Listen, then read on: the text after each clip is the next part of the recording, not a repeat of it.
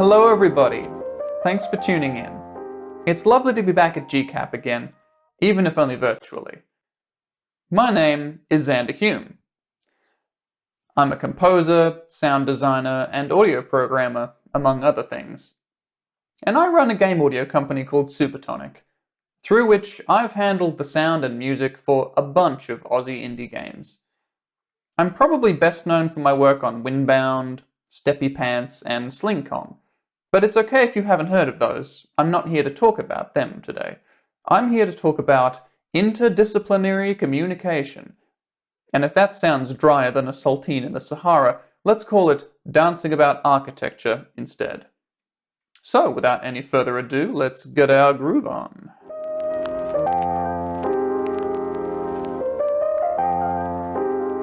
I think Frank Zappa put it best when he said, "Writing about music is like dancing about architecture." Though it's debatable whether he actually coined the expression, and Zappa was using it to take a dig at music critics. But I think it's a nice analogy for the intrinsic difficulty of describing creative work. I run a game audio company, and that does contract work for game studios. So a significant part of my job is communication, with both my clients and with my own team, which involves a lot of describing music and sound. Giving direction to the sound designers that I work with is easy. We share a field and the specialized language of audio production.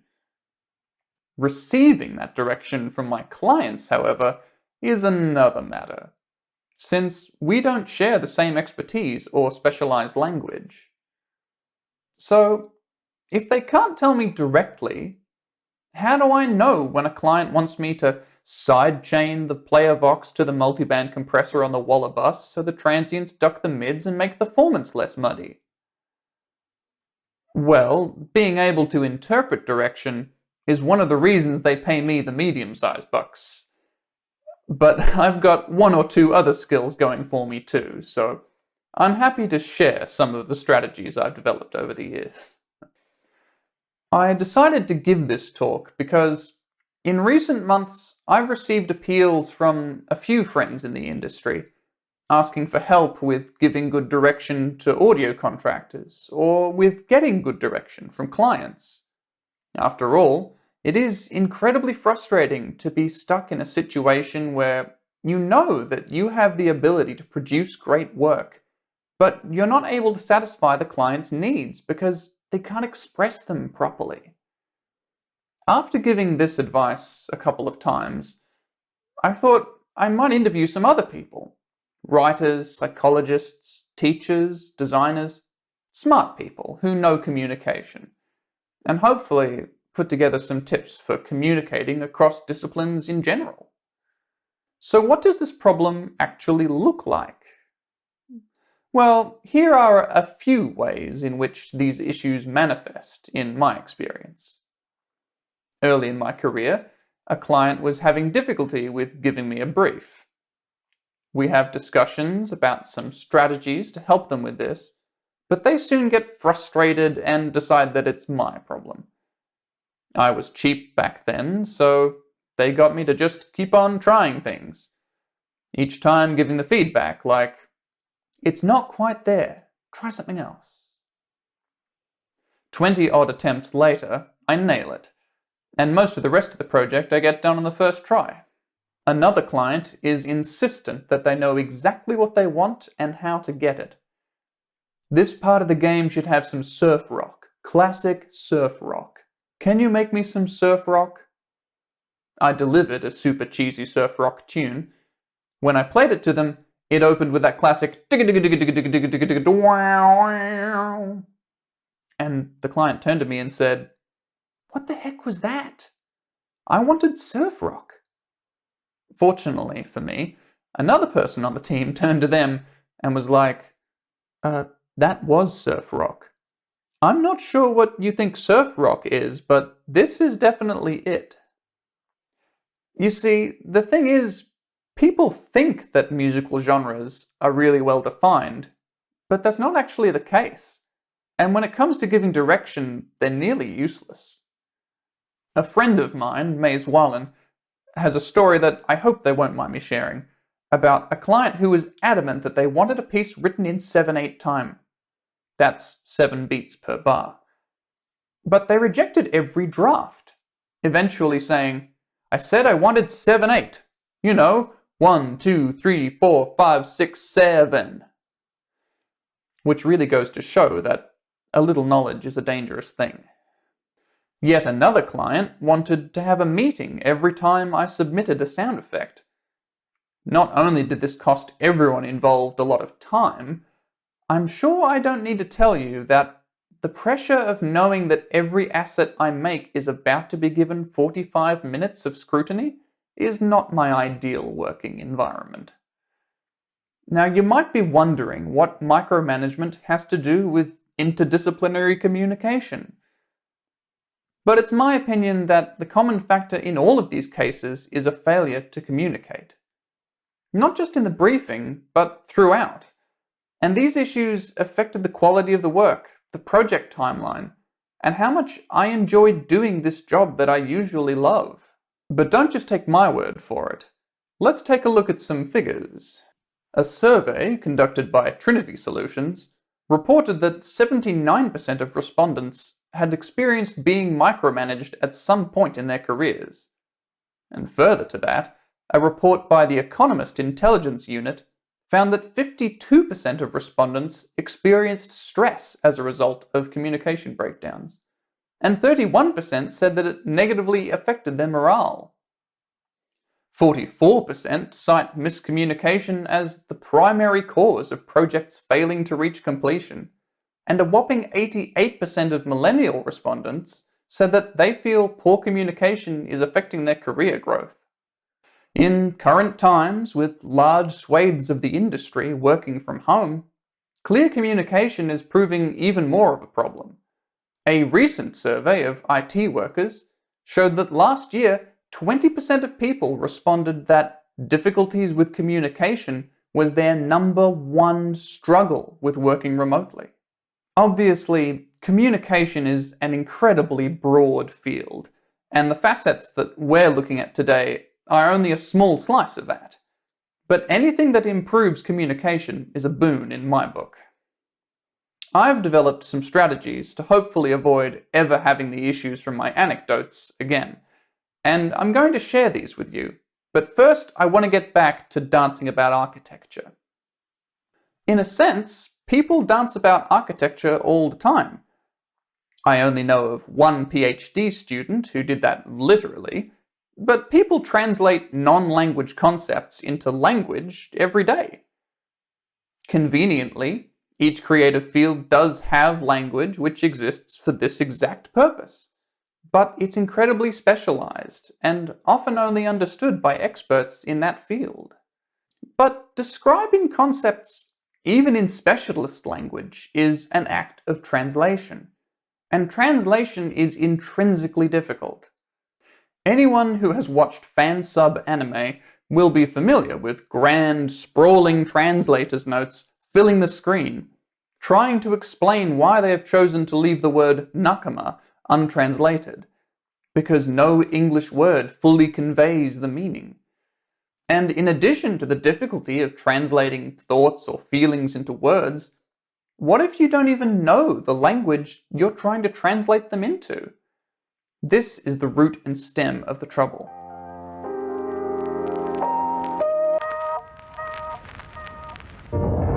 It's easy to look at those anecdotes about communication gone wrong and blame the clients for what happened.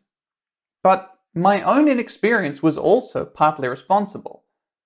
Communication is, of course, a cooperative activity, and it's just as important that both parties give as much attention to listening as they do to speaking. Communication is also a collaborative exercise, despite the way that a lot of business communication advice is couched in adversarial terms. How to convince clients to pay you top dollar, how to trick clients into liking your work, etc. I'm not here to give you one weird trick to make friends and influence people, or anything like that. Personally, I think that thinking of your clients or contractors as adversaries to be bested is an incredibly sociopathic way of thinking, as well as a counterproductive one. I will be touching on a couple of these concepts, but I want you to know that when I say being confident in your work makes others more likely to see it as good, this isn't about fooling people with a high charisma role. This is about not shooting yourself in the foot by tricking people into believing your own self-deprecation. I'm also talking about a lot of this stuff from an audio perspective, because that's my perspective. But it should be just as applicable to other fields, and also to internal company discussions, not just external client-contractor relationships. Most of what I have to say here applies to any professional relationship involving two people from different fields of expertise. A starting point is simple and obvious. Use layman terms. Clearly, if the person you're speaking to does not know your field's specialized language, you need to explain it using shared language. Specialized language usually exists to describe concepts that don't exist in common language, but sometimes these are just more precise versions of concepts that already do exist in your shared vernacular. For example, the medical term lipids can be roughly translated to fats, and maybe that's accurate enough for the conversation you're having. If you don't know what a low-pass filter is, for example, I might describe it as an effect that imparts a sort of muffled sound, as if you were hearing underwater. This is less precise, but it helps put a name to a concept that you have probably experienced before. Oftentimes, the shared terms that best suit sensations are the terms that we use to describe emotions. If you say that you want an explosion sound, that tells me very little. If you say that you want an explosion sound that is savage, that one word tells me so much more about this sound than if you just tried to literally explain the components of it. You say savage, and I can translate that into bright with loads of transients at various intensities, like ripping or roaring with debris flying out of it. Poets know this. If we had catalogued every sensation, you'd see a lot more sonnets like, "My dearest Margaret, you make me feel emotion number 417.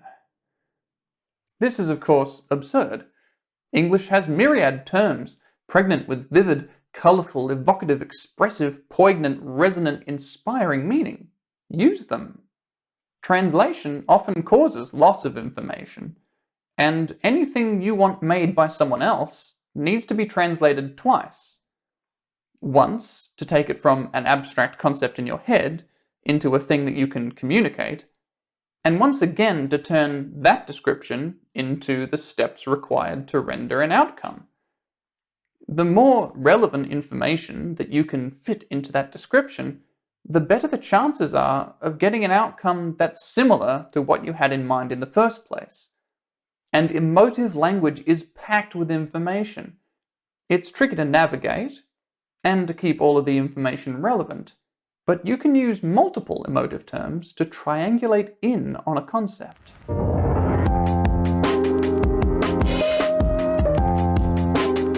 Assess common ground. It's very important to do this at the beginning. As a contractor, you need to understand how much a client does or doesn't know about your field, so you can interpret their direction. I know a number of horror stories about clients who know just enough about a field to give very specific and very wrong directions. And if you have a sense of the client's grasp of your field, you can tell just how many grains of salt to take with any direction that uses your field's terms. Sometimes this isn't helped by pride. For some of us, it's hard to admit that you don't know something. Pretending to know what another person is talking about is a great way to give wrong directions and misunderstand things. Recently, a client said that they wanted UI sounds that were like the computer in Alien. Oh yes, I said. Alien. I've seen Alien. Afraid to admit that I had never seen such a cultural touchstone. That is a silly fear. Pretending to know stuff will only get you into trouble, as the other person will inevitably decide that this piece of knowledge that you both definitely share can be used to explain a bunch of difficult concepts. You can also create a little common ground by watching the movie Alien together. Or when it comes to technical knowledge, for example, you can teach some of it. But you need to ask yourself how much the other party needs to know about your field for effective communication. I mentioned low-pass filters before. If that's something that's going to feature heavily in a project, I might need to teach the client what it is, and maybe even a little of how it works. If not, then I could be wasting my time giving an Audio Production 101 course when I could just call it that muffled underwater effect and move on. Another way to gain some common ground is by sharing as much context for the project as possible. When I'm being briefed as a sound designer, I don't just want to know about the aspects of the game that directly affect the sound design. I want to read narrative documents, go through design docs, see concept art, see publisher pitch decks, whatever I can get my hands on so that I can try to get as much of a complete picture of the style and theming and feeling of the game to know where my work fits into it. This is also useful because if both me and the person directing me know the project intimately, it gives us more shared concepts when we're trying to communicate. My number one briefing tip for you is to use example references.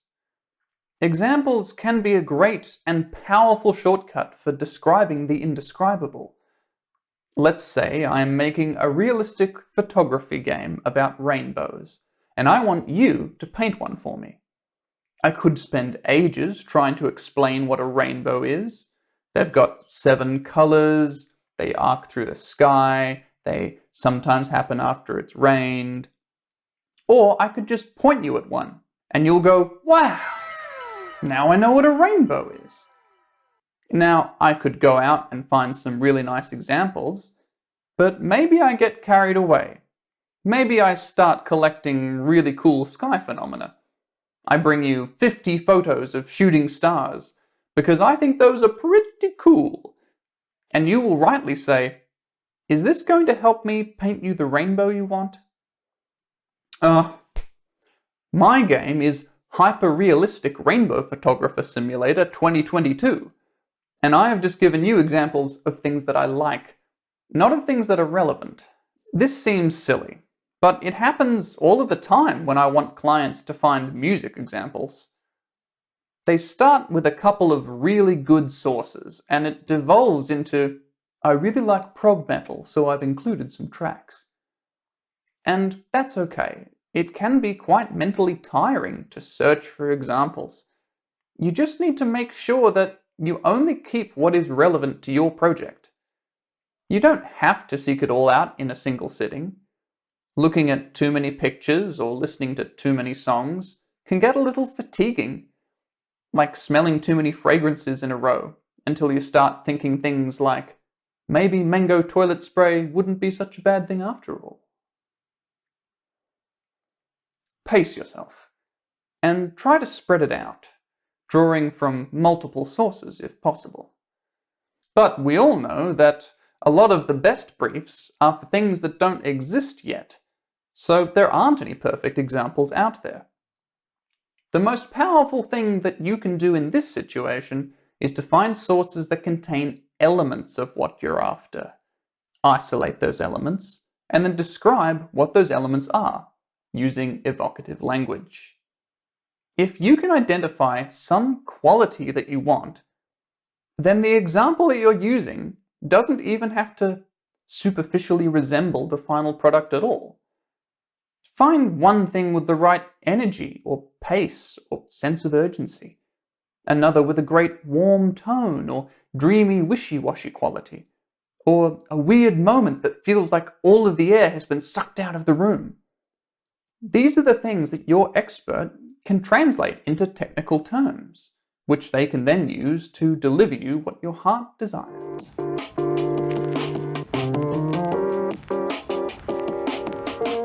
Getting feedback. In a perfect world, you give the contractor the perfect brief, and they return to you with the perfect piece of work. But in our world, giving and receiving feedback is almost always an important part of the creative process, and it needs to be handled with tact. An artist and their work are not completely separate entities. You need to be aware that creatives are emotionally attached to their work. After all, they put a lot of care and time into it.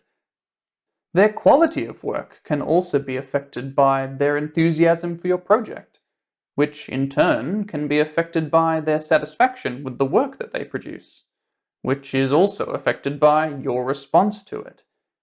So making sure that you give positive feedback is hugely important for keeping everybody happy and ensuring a good outcome. I'm not telling you to coddle your artists or to give only positive feedback, but unless they've produced something so heinously awful that you want to sack them on the spot, there will be good features there for you to make note of, in addition to the course correction and other feedback that you want to give.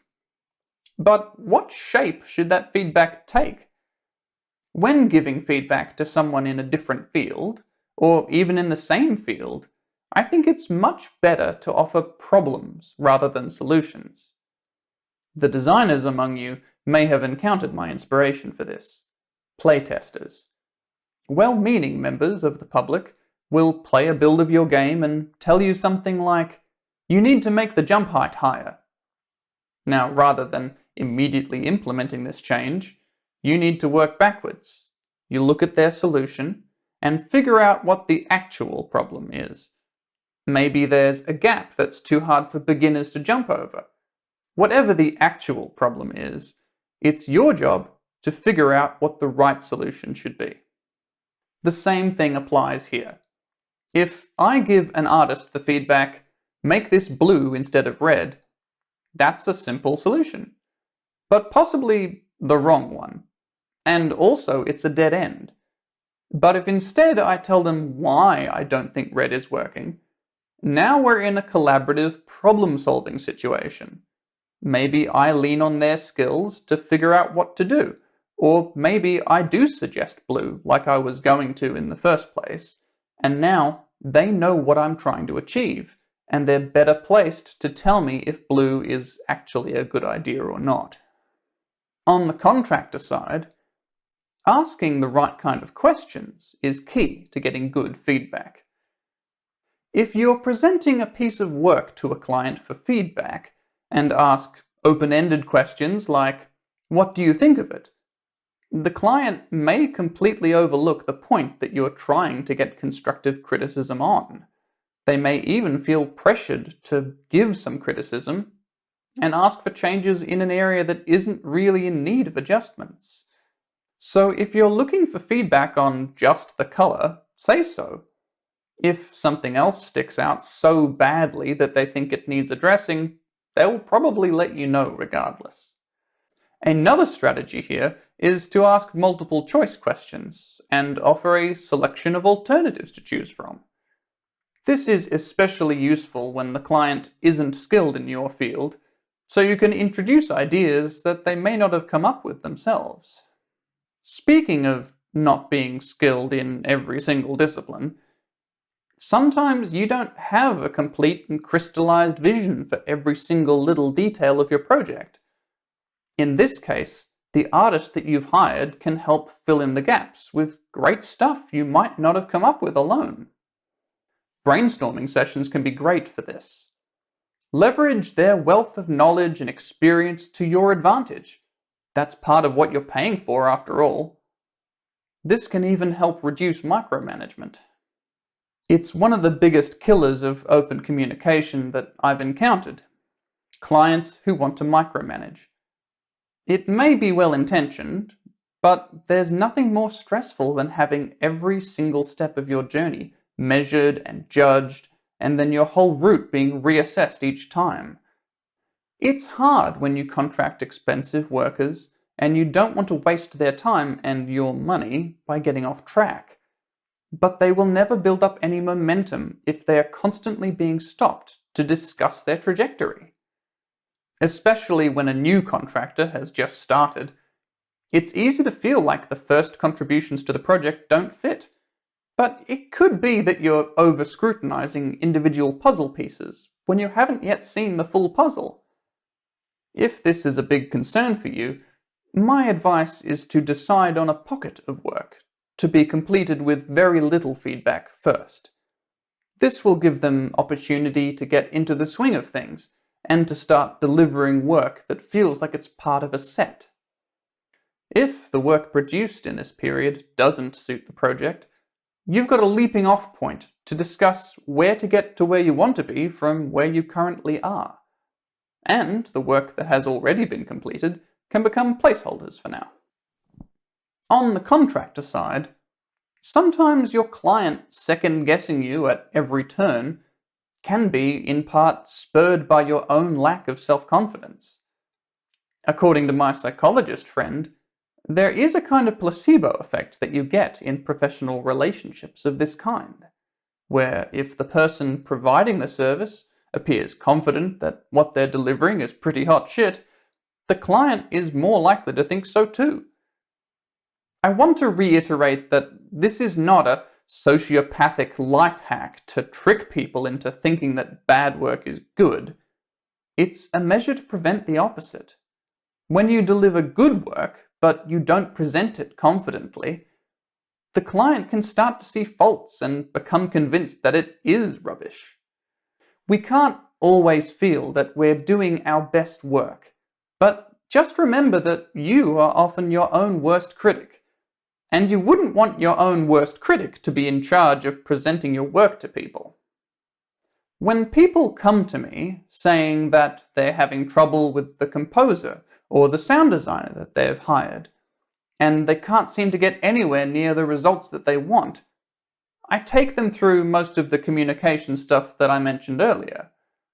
But if that isn't working, my suggestion is to relinquish some control of their creative vision.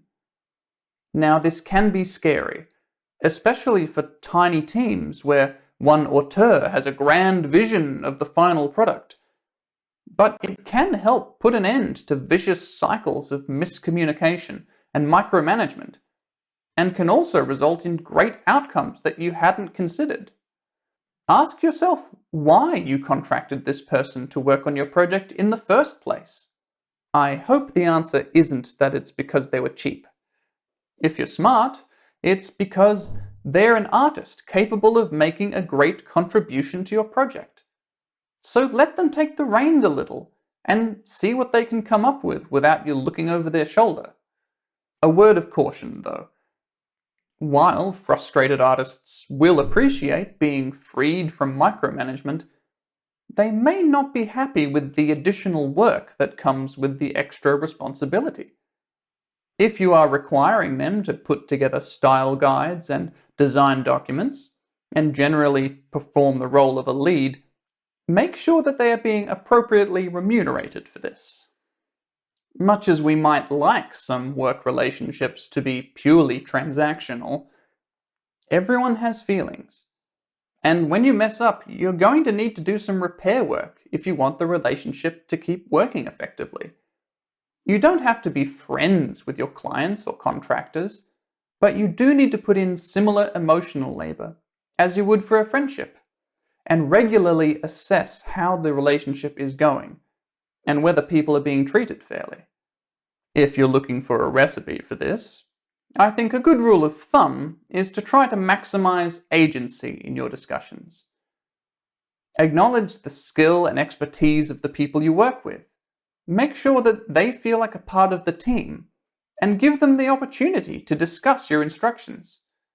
Giving your collaborators enough information and context will help empower them to do their best work.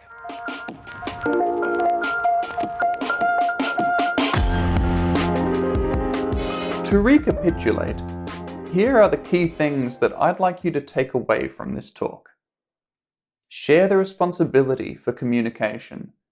Working relationships are collaborative, and you need to build trust first if you want to be able to lean on that trust later. Assess common ground that you share. Having a good understanding of what knowledge you do and don't share will help avoid misunderstandings over the course of the project. Give context to your team. The more that team members can understand a project holistically, the better they can perform their roles within it, and the better they can manage their resources to focus on what aspects of their work are going to be most impactful for the project overall. Use evocative language. When you don't know the technical terms, or even if you do, using terms that evoke feelings or sensations are more likely to get your creative concepts across and spark the creativity of your collaborators. Yield some control. Remember, you often hire specialists for both their expertise and their creativity. Give them opportunities to employ that creativity. This is part of what can make collaborative works transcend the ability of individuals. Focus your feedback. When giving feedback, don't only offer solutions. Tell your workers what problems need solving, so you can solve them together. When receiving feedback, draw attention to which aspects of the work you think are in need of your client's direction, and offer some options for what might be done about them. Lastly, I want to reiterate the power of giving reference examples, and especially of isolating the elements of these examples that really speak to you. If you can find something that inspires yourself and others, you've got a good shot at producing some inspired work. And that's it. Thank you everyone for joining me. I do hope that this will be useful for you in the future. This is the end, but I will be hanging out in the chat for a while to answer any questions. So cheerio and enjoy the rest of your GCAP.